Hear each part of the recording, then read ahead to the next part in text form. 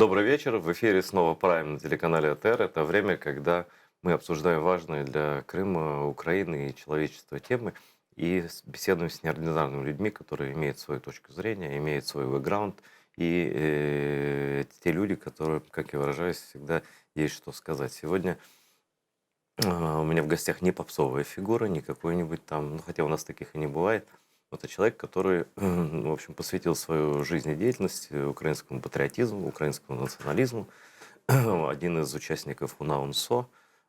И ныне, ну, можно так сказать, что общественно-политический деятель и блогер Назар Приходько. Салам алейкум. Алейкум ассалам.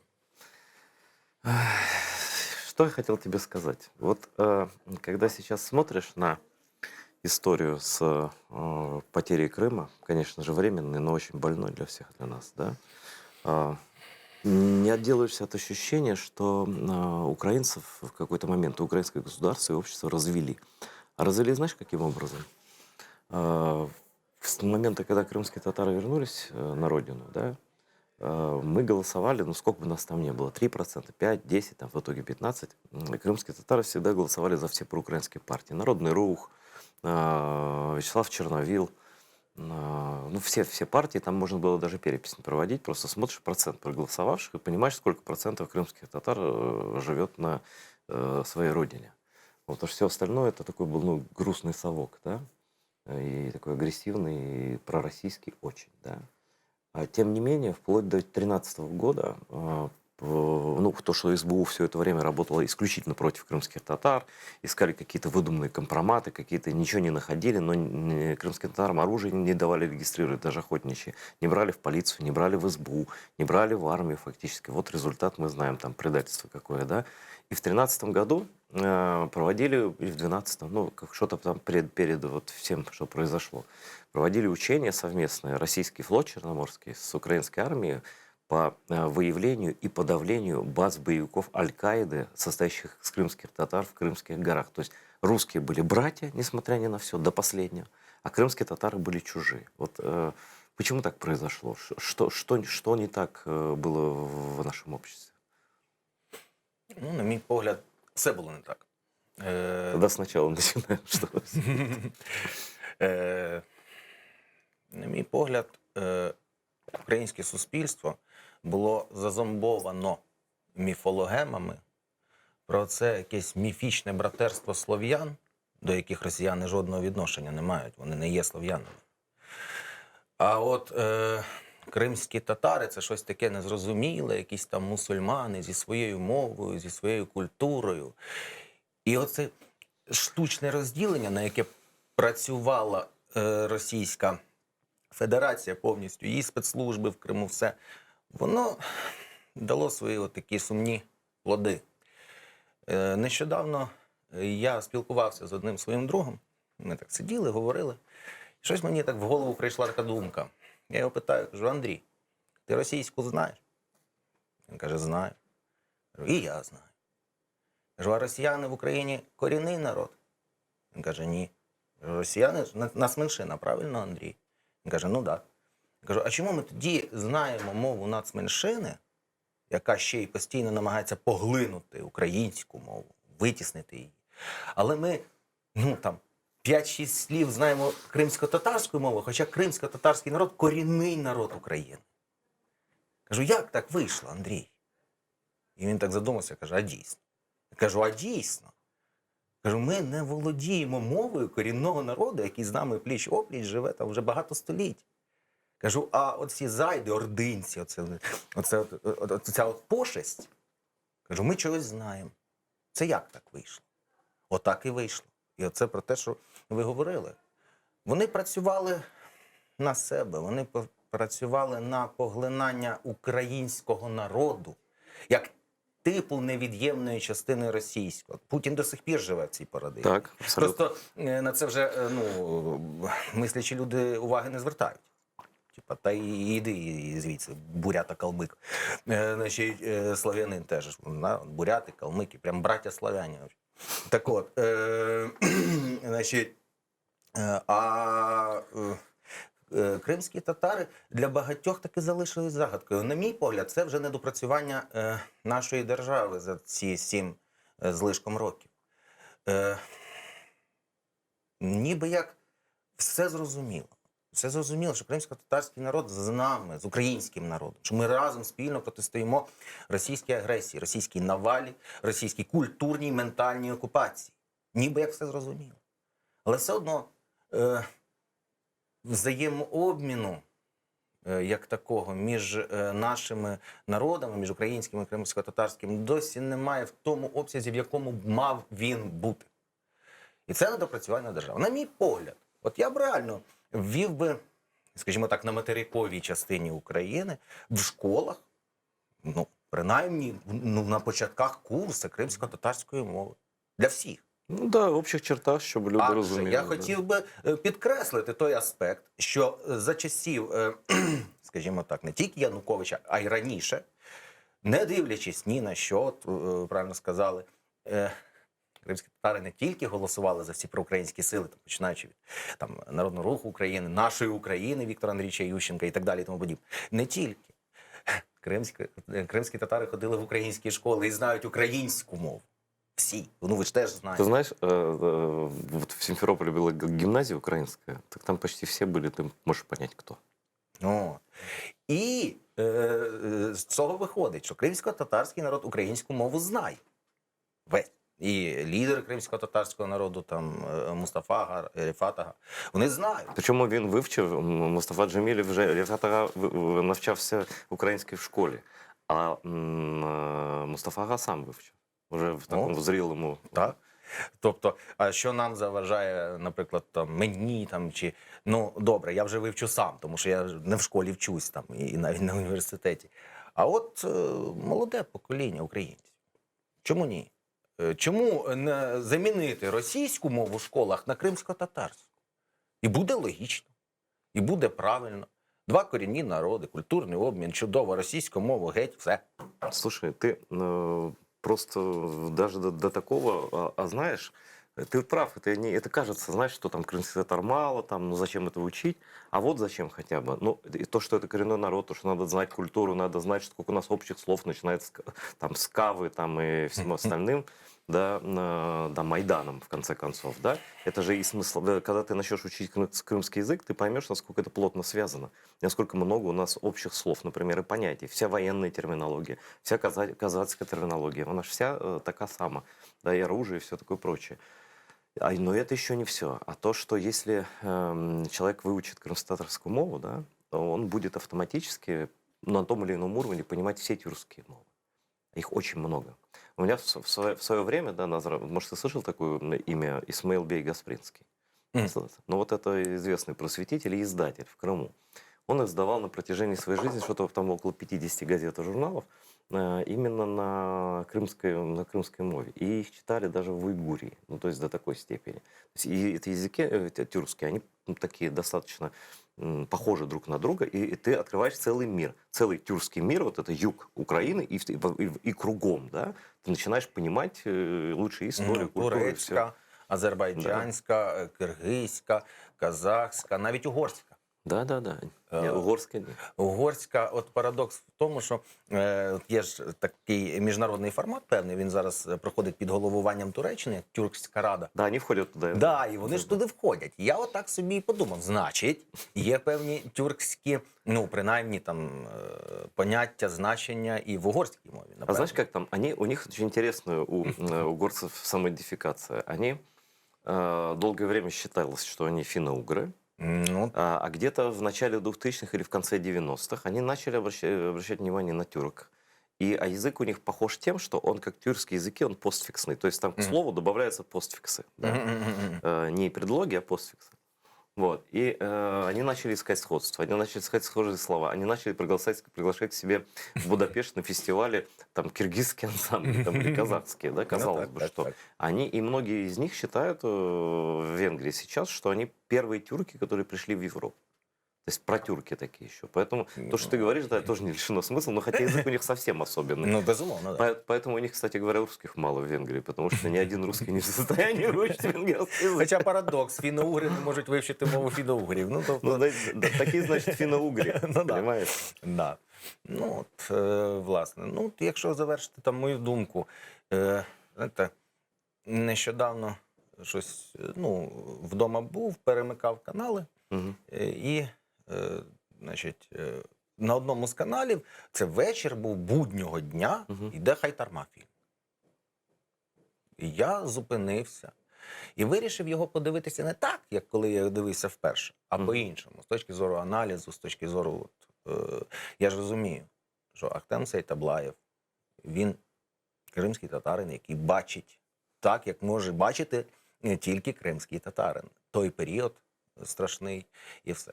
Значить, і я побачив дійсно самобутню естетику, самобутнє все. Абсолютна самобутність кримсько-татарського народу в деталях показана. А что тебе там показалось таким интересным? Потому что я же тоже фильмы смотрю как крымский татарин, а не как украинец. Наприклад, так, між нашими народами є відмінності, тому я і підкреслив, що дуже самобутньо. І я побачив те, що, наприклад, у нас немає, але дуже красиво. Там от сцена, коли головний герой, він повернувся у відпустку додому, буквально там перед цим. І, значить, там мама, сестра, десь, там кидається, там плаче цей. І батько виходить на балкон і, жінки, досить. І той вже раз, і підходить до батька, прибув, за вашим наказом, і вони вже тоді починають обійматися. Тобто, трошки інакше у нас все ж таки, батько, скажімо так, да, це теж завжди окрема тема, син підходить до батька, батько там благословляє, підтримує. Але у нас все ж таки акцент завжди, як мати кидається там до сина, тут ні.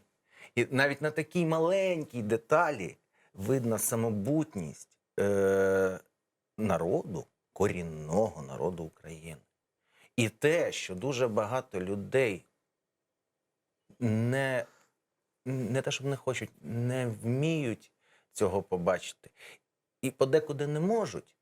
Це знову ж таки повертаючись до того, що не в повній мірі держава українська наша працює на взаємну Знаешь, был інтеграцію. такой случай, сейчас расскажу тебе и хороший, и плохой пример. Хороший Да. пример, начну с плохого. В 2015 году идет война уже второй год, да? На деньги Министерства информационной политики издают книгу, которая, значит, помечена как книга украинского воина, библиотека украинского воина. Такая, знаешь, формата, покетбук такой. Что можно в каждой библиотеке военной, там, воинской части, чтобы солдат, офицер взял, почитал, там, удобно. Вот. Которая называется «Крым и Украина». А первая книга начинается словами «Знай своего врага». И враг там, как ты понимаешь, не Россия. Мы эту потом книгу... Я когда увидел один фронтовик, украинец. Он говорит: Айдер, я тут хотел книжку почитать про крымских татар. А выяснилось, что это книжка какого-то сумасшедшего, которая издана была, бог знает когда написана, там, кем-то в эмиграции. Просто набор ересей. Там, начиная с того, что крымских татар, по мнению автора, депортировали в Сибирь, куда никого не депортировали из крымских татар. То есть с таких вот фактических вещей до того, что мы извечные враги, что только из-за того, что существовал Крым, Украина всегда проигрывала, значит, только от этого. И что наибольшая угроза государственности Украины — это крымские татары. Это издается для солдат и офицеров. Я не могу себе представить, сидит там мой товарищ, допустим, в части морской пехоты, вот знаменитый этот батальон, там служит крымский татарин, значит, который я лично знаю, сидит и такой подходит к нему, человек, с которым он всю войну прошел, говорит: ой, да мы же враги, оказывается, ты понимаешь? Да. Мы изъяли это, чтобы понятно было. Я обратился в Институт национальной памяти к Гадробовичу, и он Минобороны изъял эту книгу из всех библиотек. Це єресь. І у мене теж друг, скажімо так, побратим, воює зараз, Марлен його звати, кримський татарин. І я теж подумав, він би, наприклад, захотів би сам почитати цю книгу. І він би взяв, і таки відкриває, і читає, що він ворог взагалі.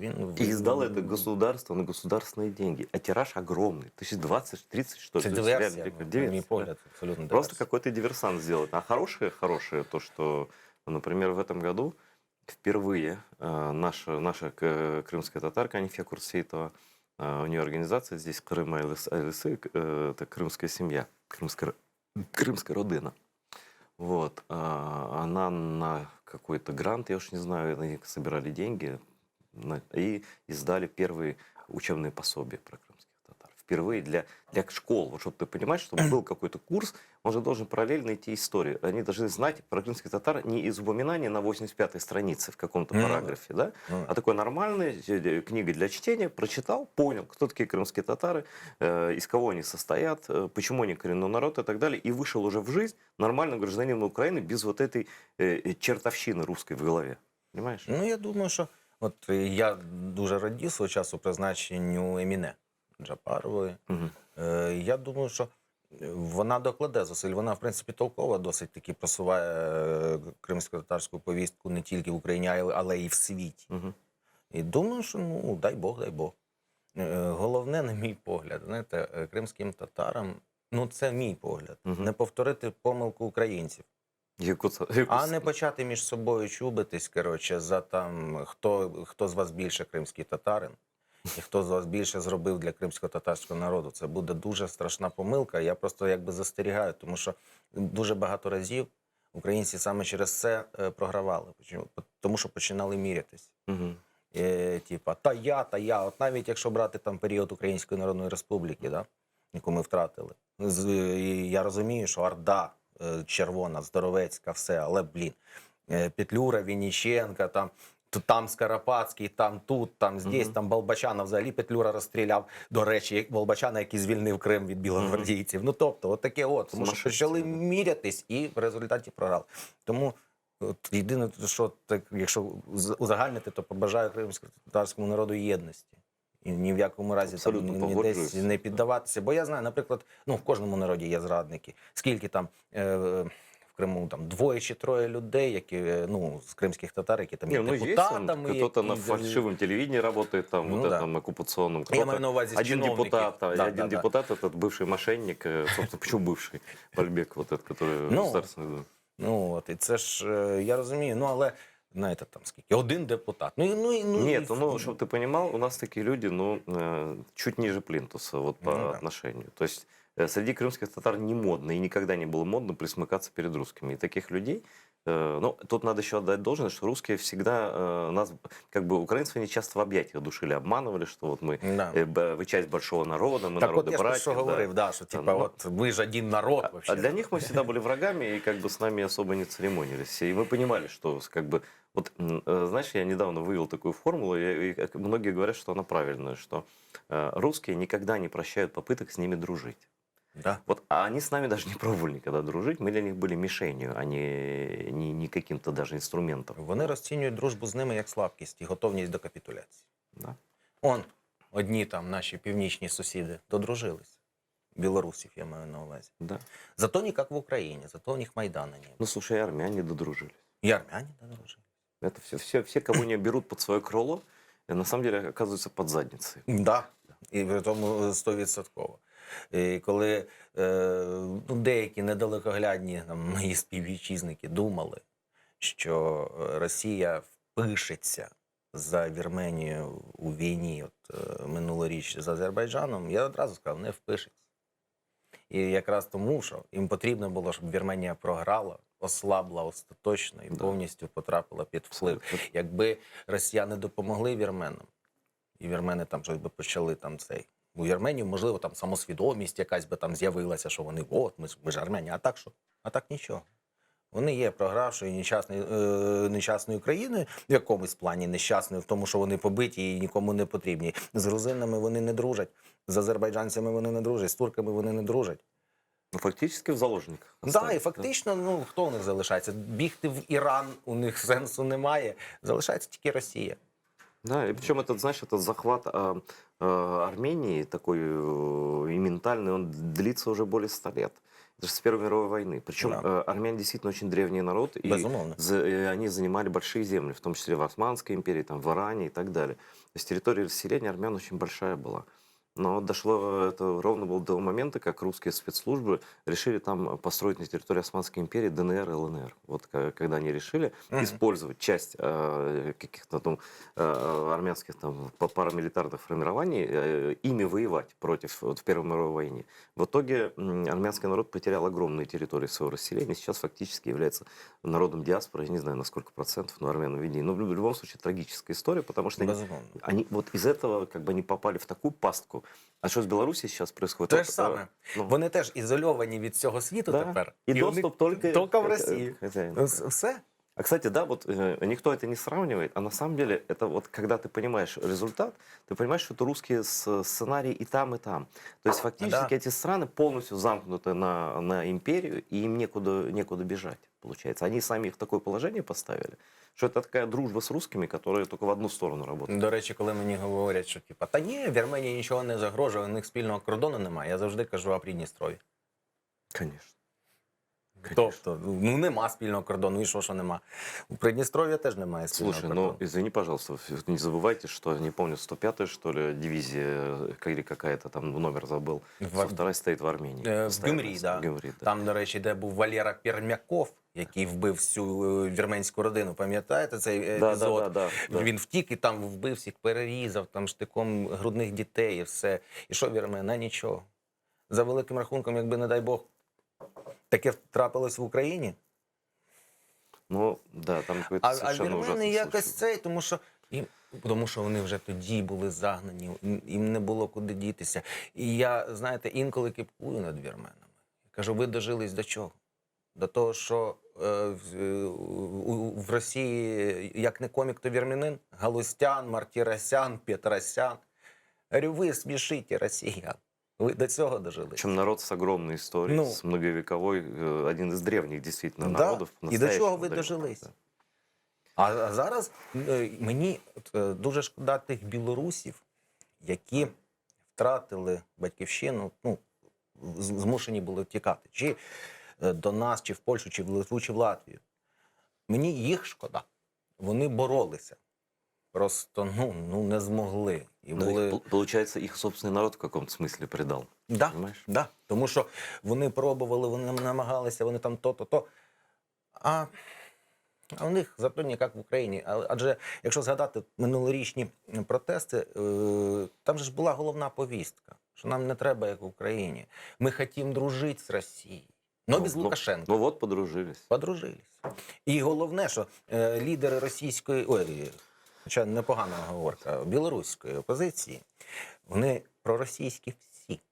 Тихановська, Цепкало, там, Бабарік, всі.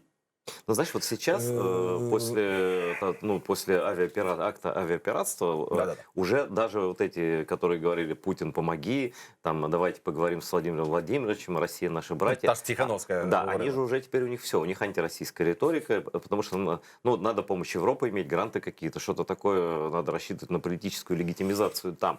Вот. И они стали более антироссийские. А сначала это, конечно, была абсолютно фейковая повестка, и Да. лапшу людям на уши навешали. В итоге сейчас реальные жертвы, и люди в тюрьме умирают, и что хочешь. Да, і про що ми говоримо? Я єдине, що скажу, от у мене така є візія, знаєте, наперед, на майбутнє.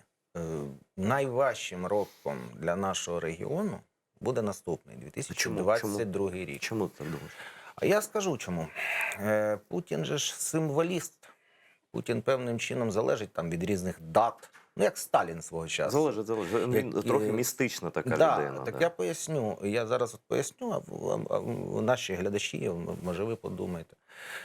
Свого часу, коли Сталін поставив завдання звільнити від нацистів Київ до річниці Октябрьської революції, скільки людей в Дніпрі втопили, а? Просто ні за що. Сотні тисяч людей при форсуванні Дніпра бездарному. Людей з цеглинами посилали на штурм, бо здалеку здавалося, що це вибухівка. У нього селян понабирали зі шматками цеглин. І у нас є в Києві станція Героїв Дніпра, я б і на жертв Дніпра перейменував. Це перше. І от встигли, до 7 листопада 43-го року звільнити Київ. Тепер дивіться, найбільшою геополітичною катастрофою ХХ століття Путін називає розвал Совка. Так? Так. 30 грудня 2022 року буде 100 років, як створився Совєтський Союз. Точно, да. І він же собирає Крим, там, ця не потрібна нікому вже, вона та нам потрібна. Але я маю на увазі, то, що там в тій дирі відбувається, та частина Донбасу, розграбована, знищена, зґвалтована земля. Значить, Білорусь, Я скажу. Він же ж міксує. Путін іде шляхом з одного боку Леніна, з одного боку Гітлера. Судети відбулися, це Крим. На черзі аншлюз Австрії, це Білорусь. Так, абсолютно. Значить, але якщо ми говоримо про те, що 100 років створенню Совка. Да, в этом тоже, кстати, вот почему я таких людей люблю, как ты, что ты человек думающий, мыслитель в своем роде, и Дякую. какие-то смыслы, которых другие не додумываются. Я, кстати, нашим зрителям рекомендую читать Назара Приходько в Фейсбуке. А если этот гад еще заведет себе YouTube, о чем я его прошу уже, я не знаю, сколько времени, вот, то он появится и в YouTube. Потому что на самом деле, нет, ты Я говоришь є в интересно. Ютубі. Я тебя не видел ни разу в YouTube. Ну просто там якраз я ефіри збирався. Я ще думаю, як блог зробити, там, щоб самому щось говорити. Конечно, Я но, ще не Назар, придумав. Назар, это формат. совершенно очевидно и нужно просто. Я тебе скажу, вот Дякую. теперь публично тебе говорю, много раз говорил лично, потому что Дякую. твои мысли интересны. Скажи, пожалуйста, а что такое в твоем понимании украинский национализм? Потому что я с разными трактовками сталкивался, и некоторые очень сильно напоминают, знаешь, такой совок наизнанку. Вот такие прям видно, что Я скажу. комсомолец, но только вот националист Да. решил стать. Да? Я скажу, що для мене український націоналізм. Для мене український націоналізм – це нормальний європейський погляд на світ. Себто своя мова, своя культура, своя історія,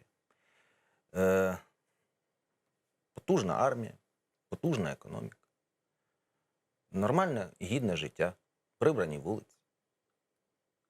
Це, знаєте, от, якщо екстраполювати це, то можна сказати так. Ну, так скажу по-народному. Я за Францію в Україні в контексті. Якщо хтось у Франції посміє посягнути на французьку мову десь в ефірі, Даже смешно. Если честно, даже смешно.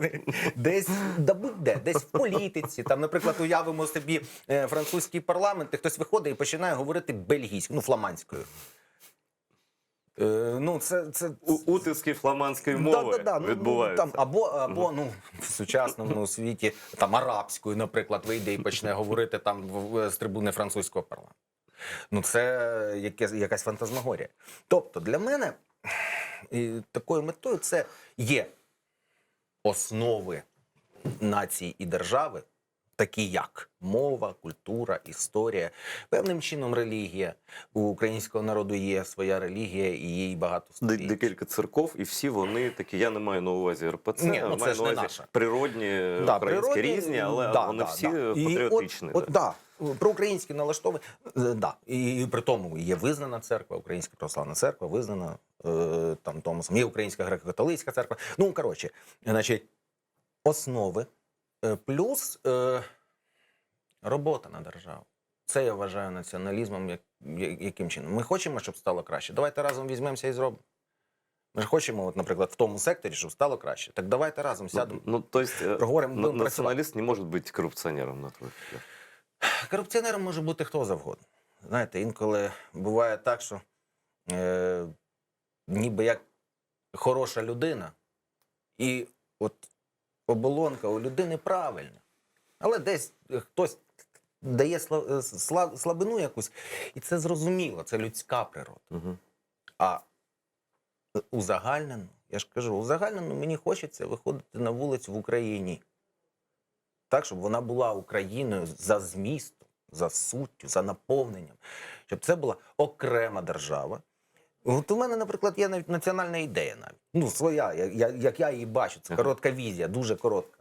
Це Україна по закону і без Росії. Я поясню, в чому я говорю. Значить, ми живемо тут, за спільним договором, правил, робимо краще свою країну в усіх напрямках її суспільного життя. В усіх. І без Росії. Але не просто без Росії, а без Росії. Ми маємо її розвалити. Ми її породили, ми маємо її розвалити. Ты уже за эти чуть больше полчаса столько национальных идей наговорил. И главное, спорить не с чем, ты понимаешь? Ну так, ні, ну я от не розумію. Знаєте, всі там бачили, як там доктор Франкенштейн там створив «He's alive», там ура, там, типу, воно живе, там, точніше, it's alive, якщо там воно. Значить, it's alive. Окей. Ну, але скільки цей організм може штучно існувати? Ну, мы знаем историю про Шарикова и профессора Преображенского. Ну да? да. Ну, не получилось. Ну, вот Он такое и вышло, сейчас что... еще да. говорит, но с каждым днем все меньше. Типа, так що пользуйтесь, поки є можливість. Значить, От. І тобто, знаєте, я щиро вірю в якісь, можливо, природні, справді сепаратистські настрої. Тобто те, що відбувається на Донбасі, це колабораціонізм, це не Конечно, сепаратизм. это, ну, кстати, наша с тобой вина, ну, как публичных людей, что мы в свое время не поборолись с этим словом «сепары». Потому что, ну, люди-то простые, они же Ну так да. не задумываются, сепары. Грубо А это кажучи. такой месседж дало миру пропутинскому, который, ну, вот в итоге, Потому говорит, что ну, это там у вас там, какие сепаратисты? Чистые коллаборанты за деньги причем. Да. Ну, може, колаборанти за ідею ідіоти. Ну, хоча я думаю, що вони вже давно в ґрунті Донбасу там лежать. Да, в большом Значить, количестве. Вот да. эти идиоты, которые Да. приезжали там, или местные, которые Или приезжали за местні, русский да. мир воевать. Да. От. І якщо ми говоримо там про класичний там, приклад сепаратизму, як би це зараз дивно не звучало, це розвал Савка. Коли нації, які мали право на самовизначення, розвалили Савок. Тобто 15 республік. Да? Мгм. Це був ну, якби такий масовий сепарат. Якщо говорити про сучасність, ну я розумію, що і там кремлівські гроші, але все одно там Каталонія, наприклад. Каталонці, вони ж не іспанці, вони трошки інший народ, у них там інша мова, там і все інше. Це можливий сепарат. Шотландія це сепарат. Ну, тому що у шотландців теж є своя мова, там і все інше. Просто я ще раз кажу. І там, і в Каталонії, і в Шотландії кремлівські гроші. Вони качають. Так это видно же, очевидно. Каталония Безумовно. там просто русские, по-моему, по Да-да-да, локоть просто да-да-да. в этом всем процессе сидели. Ну, кстати, І, до речі, там дуже багато взагалі росіян живе в Каталонії. да. И они, что примечательно, живя в Испании, на территории Испании, ненавидят Испанию. Ого. Да. Де б вони не жили, вони ненавидять те, Да. де живуть. І тому я просто, ну я не знаю, благаю у вас тут в ефірі, я буду кричати. Я виступаю послідовно, при тому, з 2005 року. Знаєте, я не неофіт з 14-го за це виступати. Я з 2005-го виступаю за введення паспортів негромадянина за прикладами Естонії та Латвії. А які критерії? Як це? А я поясню. Ну, От деокуповуємо ми цей Донбас. Донбас. Все, всім. От просто всім. Поголовно. Без виключення. Всім. А потім будемо розбиратися. ну, в Крыму так и не... Я не Крыму? знаю, как в Крыму с этим быть. А в Криму, я думаю, що ну, поки ми не підірвемо опори, дехто встигне втекти по Кримському мосту. А за іншими, знову-таки, всім, окрім, звісно, кримсько-татарського народу. А так всім. Ви там 7 Ну, тобто років. певна перевірка. Чим ти займався? Да, там? Чи ти був безумовно. колаборантом, чи не був? Безумовно, ти працював. Навіть якщо ти працював вчителем в школі, ти чому дітей вчив? Ти чому вчив? Ти що, вчив українській історії дитину? Чи може українській мові ти вчив? Чи ти працював на зомбі-пропаганду? На молодому поколінні. Це взагалі страшний злочин. Ми говоримо, що минулого року, 20-го, ну, на території і Криму, і Ордло, діти пішли в перший клас, ті, які народилися під час війни. Да. Вони вже не знають Україну. І зараз їх там вчать кожен день. І чому їх вчать? Їх зомбірують просто. Да.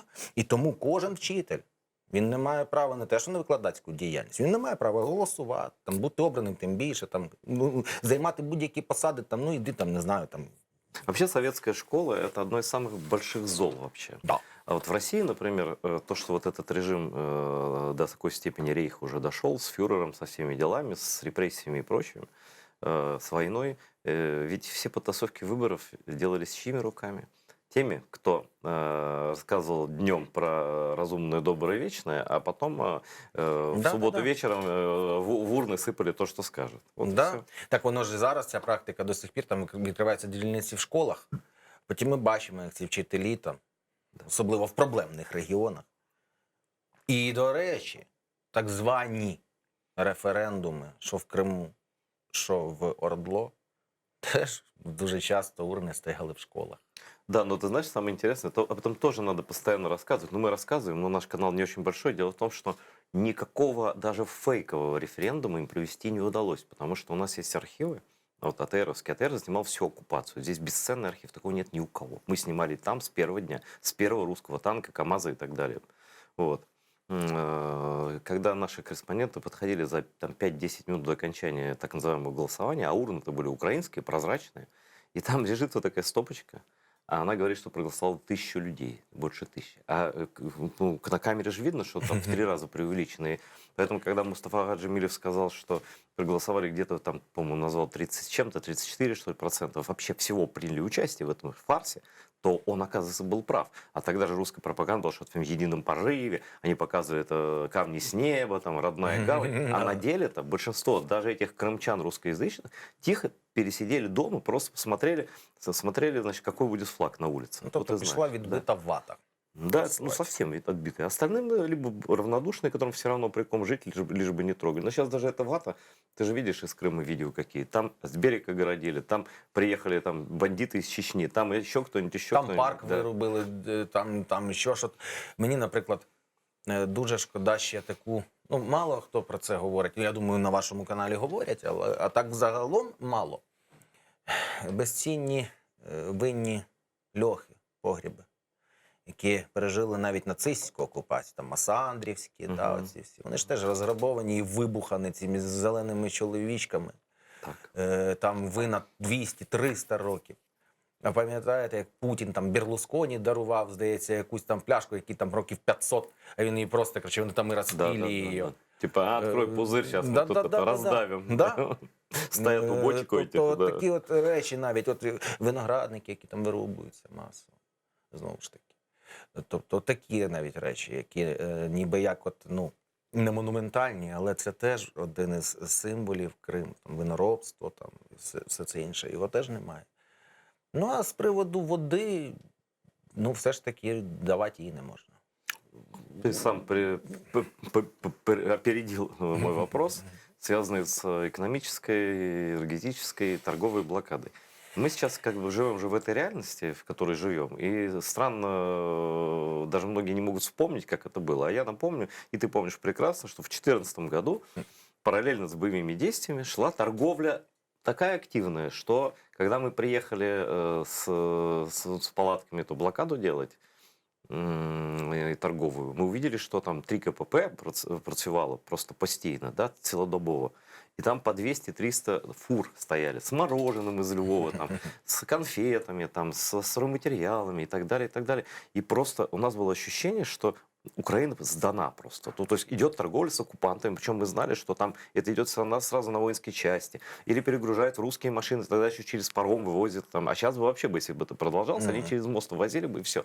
Безакцизные совершенно вещи. Это была чистая контрабанда, просто ограбление Украины. Да? Да. Одновременно в Ордло ты сам знаешь, что там тоже все это процветало. И сейчас вот не так давно вышло это расследование. Я спокойно отношусь ко всяким сливам, я не бегаю там с вытаращенными глазами, там, зрады и там, перемога. Вот. Я не люблю, честно говоря, сливов, но там есть вот в самом конце этого фильма, это 3-й серии, там есть кадры с блокады Крыма, когда наши крымские татары не давали их, все там было человек 12 или 13, в том числе наша телеведущая Гульсум Халилова, молодая, совсем еще тогда девочка, она сейчас молодая, ее там ударили эти, я не боюсь слова, менты под руководством Киева, которого туда прислали. Сейчас даже представить себе невозможно, Киева руководил, дали Киеве 100 автоматчиков и сказали разогнать крымских татар, возобновить электроснабжение Крыма. Да? Вот. А так вот выясняется, там Медведчук переговаривается с этими, с Козыком, с этим русским и с Руковым. И выясняется, что это, оказывается, крымские татары и украинские патриоты и националисты, которые там были на блокаде, и ветераны войны. Так это, оказывается, они прекратили торговлю с Донбассом, на которой наживался Медведчук. То есть это, они сказали, ну мы уже не можем вам уголь давать, потому что вы нам Крым отключили от всего. Да? То есть, оказывается, мы в тот момент, люди, которые там находились, сами того не зная, только сейчас стало известно, да?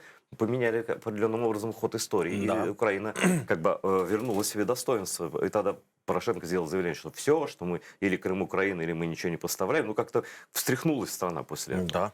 Вот оно как было, оказывается. Да. А что в этот момент было на Донбассе? Ты же там был. Ну, на Донбасі що там? Ну, контрабанда йшла, і я думаю, і зараз іде. Просто, да, Якщо брати 14-15 роки, об'єми контрабанди були значно вищими. Це зрозуміло. І знову ж таки, з того нещодавнього матеріалу, який ми всі там бачили, чули по плівках Медведчука, зрозуміло, що були якісь певні домовленості між... Но это чувствовалось, да? Мы Ну, не знали этого, звісно, но тому чувствовалось. що Что-то ми можемо да. говорити навіть на прикладі того, що, от, наприклад, якщо блокаду Крима приїхали розганяти, то я можу нагадати, як приїхали розганяти блокаду Донбасу. Ну, блокаду мається на увазі торгівлі. Ну, так само вугіллям. було там, да? Да, там же ж теж приїжджали автоматчики, приїжджали тоді там діючі народні депутати, там, які кричали, що там всі за Путіна, коротше, хто блокує. Так а як? Да, вывернули вообще все наизнанку. Ну То есть да, выяснилось, что те, кто против торговли с оккупантами, значит, Ну те да. работают на Путина. Знаєте, і там же ж теж от ця історія, що от у нас, значить, ТЕЦ, тепер електростанції, ТЕС теж, значить, вони, значить, працюють тільки на антрациті. Мгм. На вугіллі, значить, антрацит, а воно у нас там, значить, все на окупованих територіях залишилось. От, значить, буре вугілля, воно не горить там з Південної Африки. Ну, почалося, коротше, Мгм, все. мгм. А я просто хотів би сказати одну просту річ. Одну. Трипільська ТЕЦ. У нас є от під Києвом Трипільська ТЕЦ. Вона переобладнана була за рік И на всё. буре вугілля. Да. І вона працює на бурому вугіллі. Знаешь, вот просто то времена вспоминать, ведь я всегда говорю, делай как по чести, и ты всегда окажешься в итоге прав. Вот все эти пленки Медведчука, они полностью подтверждают, что те, кто боролись с торговлей с оккупантами, Що на Донбасі, що в Криму? да, действовали против интересов России. Это была огромная экономическая санкция, нагрузка на Россию. Возможно, самая крупная санкция была блокада Крыма с этой торговлей, с Да, электричеством и так да, далее. да. Да, а нам тут рассказывали всякие... А знаешь, что я еще вспомнил? Просто вот всегда, когда начинается истерика какая-то, я четко понимаю, что это заказ. Вот, например, значит, эти крымские татары перекрыли ну, торговлю, да, теперь фермеры Херсонщины и Одещины останутся без работы. О, да. Да. А еще самый крутой, значит, эксперты на пророссийских каналах выходили и говорили, что взорвется Запорожская атомная электростанция. Потому что вот из-за этих вот, из-за того, что там опоры эти взорвали, да, и электричество не идет в Крым, все, значит, все будет просто уничтожено.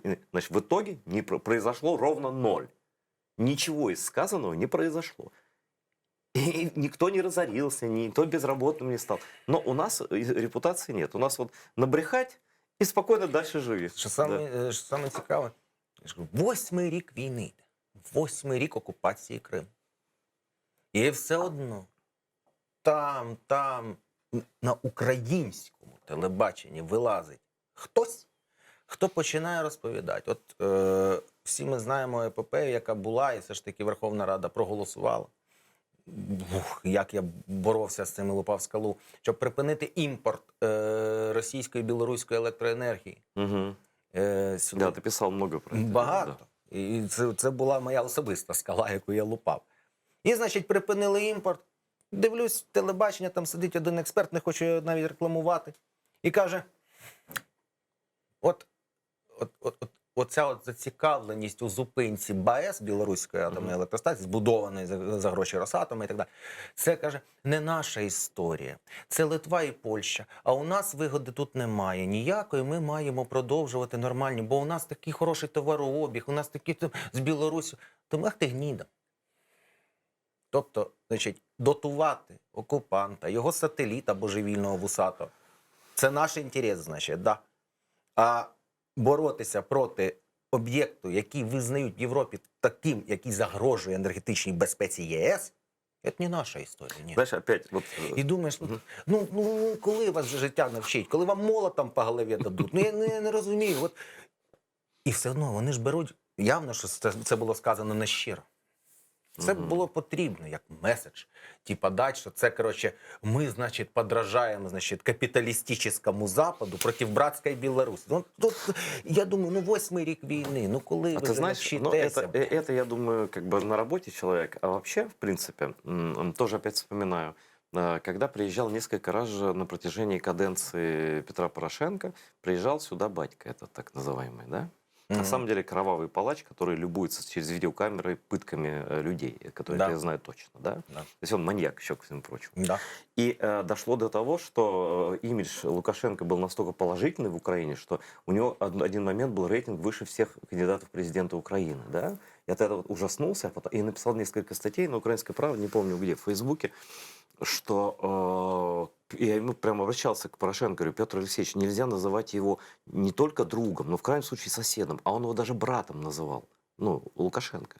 Ну и в итоге, где ваш брат? И как было стыдно потом даже перед белорусами свободолюбивыми, которые вспоминали, как в Киеве встречали их палача.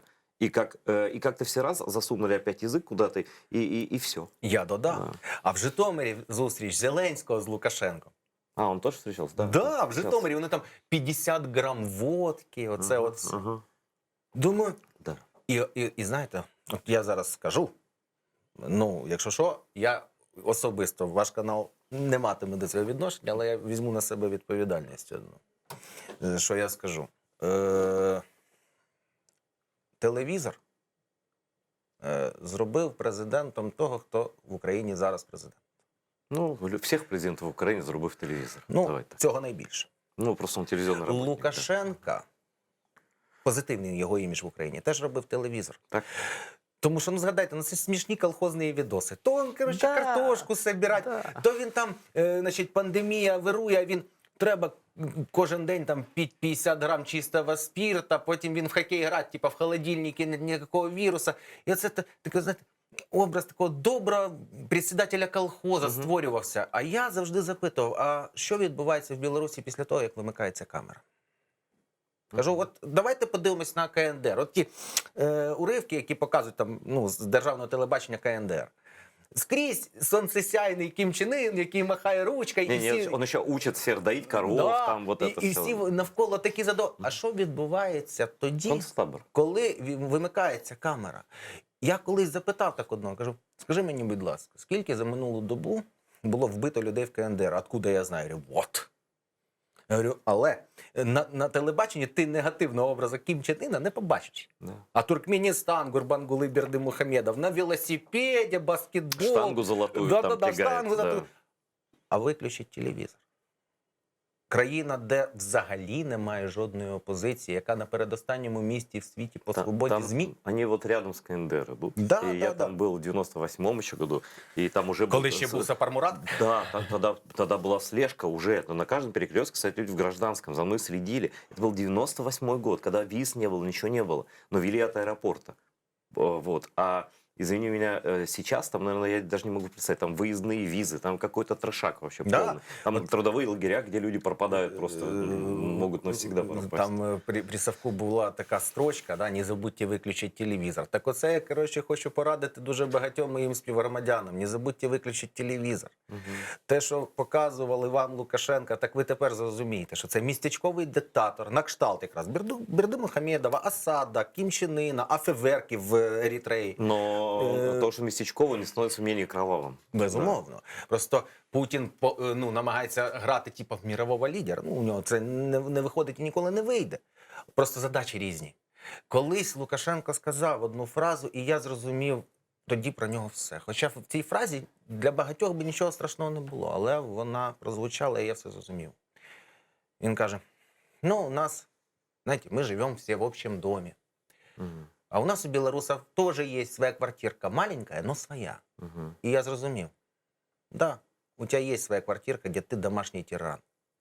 Я хочу, бью жену, детей, Да. издеваюсь. Там, что... Сусіди чують, Да, да. ну, Ну, закривають жалувались, уші. а потім плюнули, короче, стерпиться, слюбиться.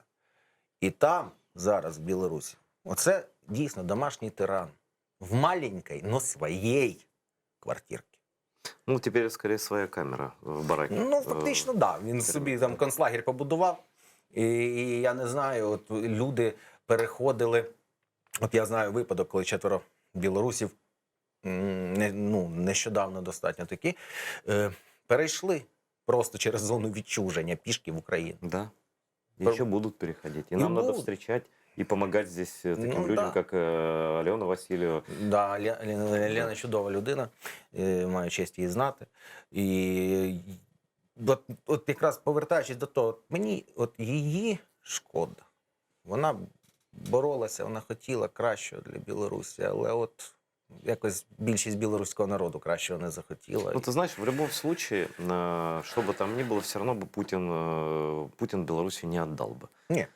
Поэтому корень зла, как ты правильно заметил, нам надо вместе всем бороться над тем, чтобы разрушить эту последнюю мировую империю. Да. Совершенно неестественным образом, которая переползла из там, позднего средневековья вот, в современный мир со всеми своими правилами и так далее. Слушай, вот у меня есть такая мысль, и она, к сожалению, мне кажется похожей на истину. Хочу узнать, как ты прокомментируешь. Вот в разных странах были события исторические, которые, ну, как бы таким краеугольным, фундаментальным камнем были в истории. Ну, например, восстание там, и казнь короля в Британии, да, казнь короля и королевы там, во Франции. Казалось бы, такие события, ну, жесткие. И действительно, в Великой Французской революции кровь, наверное, там всех убивали. Да, И это было страшно и так далее. Вот. Но в этом есть только один такой смысл, да, исторический, если так, в долгую. В Украине сколько бы раз не боролись за независимость Украины, за правду, Майданы можем брать, УПА можем брать, любую историю. Даже когда побеждал Майдан, почему-то честные люди бессеребренники, люди патриотичные, чаще всего гибли. И наоборот. Я не вижу, может, ты приведешь примеры, когда предатель, злодей, пророссийская сволочь была по-настоящему покарана. Вот так серьезно, так, чтобы остальным было страшно. Мне кажется, это проблема. Они не боятся ничего. Да, я скажу. Однією зі своїх ключових задач в житті, і це так без пафосу скажу, бо дійсно я живу цим. Я вважаю зміну, а точніше повернення до українського менталітету, всього нашого суспільства. Нам же за радянських часів, за совєтських часів зламали менталітет. Голодоморами, репресіями. Я хочу його повернути. Моя задача – це зміна менталітету українців. Как победить меньшевартость эту? Участие общества. Перше, це дійсно перемога над меншовартістю. Друге – це перемога над хатоскрайністю. Типа, мене не стосується, типа, той фіг з ним. Значить, ну і дуже багато ще речей треба міняти. А ще, знаєте, є, я не знаю, як це називається, може психолог би сказав, от якби на моєму місці тут сидів. Пишеш щось хороше. От дійсно сталося щось хороше, да? Пишеш пост в Фейсбуці. Бомба, радуйся. По-любому прийде хоч один хтось, типа, ну да, вот теперь заживем. Я думаю, ну ти радуватися вмієш чи ні? За свою страну, да. Ну не вміє людина. І от, значить, це перший блок зміни менталітету. А другий, у українських націоналістів є така приказка, що можна сказати. До речі, я якось озвучував її якраз Олені Васильєвій. За Україну не треба вмирати, за Україну треба вбивати. Ми всі любимо героїчну смерть і потім сумні балади, які починаються на «ой». Угу. Дуже любимо. І поплакать всім народом. Це от хлібом не годуємо. А ви вбийте. Знаєте, під час Майдану, під час Революції Гідності, був випадок, коли нас просто так же розлютило, коротше. Був махач і все.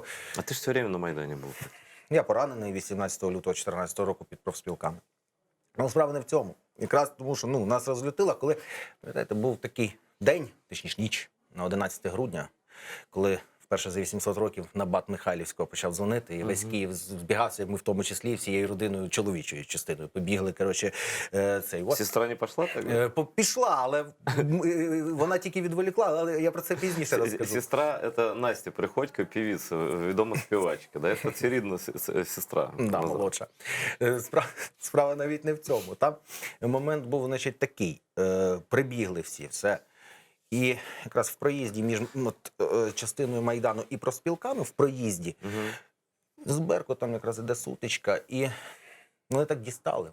Вони атакують постійно, вони б'ють своїми, значить, чоботами по костях, боляче. Але фіг з ним. Ми витягли одного. Реально, ми його висмикнули, одного Беркута. І там просто були двоє людей, один українець, один грузин. Вони хотіли йому відрізати голову і кинуть назад в толпу. Так підбігли українці. Що ви робите, не вбивайте? І відбили Беркута свої у своїх. А треба було відрізати голову і кинуть назад в толпу. Это жестоко, это ужасно звучит, а с другой стороны, может быть, если должны быть какие-то вещи, не обязательно именно эти, Тобто да, нас которые, можна їхні... да, которые отрезвляют и которые приведут к гораздо меньшим жертвам в итоге. Потому что их, вот это большое количество, когда они безоружных людей расстреливали, они думали, что это просто Безкарність, да, охота настолько, да. охота на людей. Да. Очі кров'ю заслані і все. І, коротше, вбивай, да, от вбивай беззахисних, вбивай жінок. Як Антоніну Дворянець на Верхньому Хрещатику, забить кійками жінку 62 роки. Героїню Небесної Сотні. Це героїзм. А кинули б їм голову їх, коротше, Беркута в толпу, щоб вони подивилися на це. Мгм. Як би тоді розвернулася історія, хто знає. Да. І тому це теж один з аспектів, що, знаєте, ми всі вміємо героїчно вмерти за державу. Це правильно. З одного боку. Але має бути і інший бік. І коли на війні, от у мене дуже багато друзів пройшло війну, і ще друзі є, які воюють. Так вони говорять, що, в принципі, якби, да, ми тут кожен день можемо загинути. Кожну секунду, кожну хвилину. Але наша ж задача перед цим як можна більше за собою утягти. Звісно. І от це, напевно, і є та причина, що французи ж змогли. От зараз, да, всі знають, там Франція, але свого часу дійсно там була кривава баня. Вони і пройшли, і побудували все ж таки ту республіку. Нам народ был абсолютно бесправный, там Да. народ был голодный, при этом Да, знать... потім взяття вот, Бастілії, яке вони святкують до сих пір. Бастилия и Версаль, как наша конча заспа. Да. Тобто, ну, от такі от речі.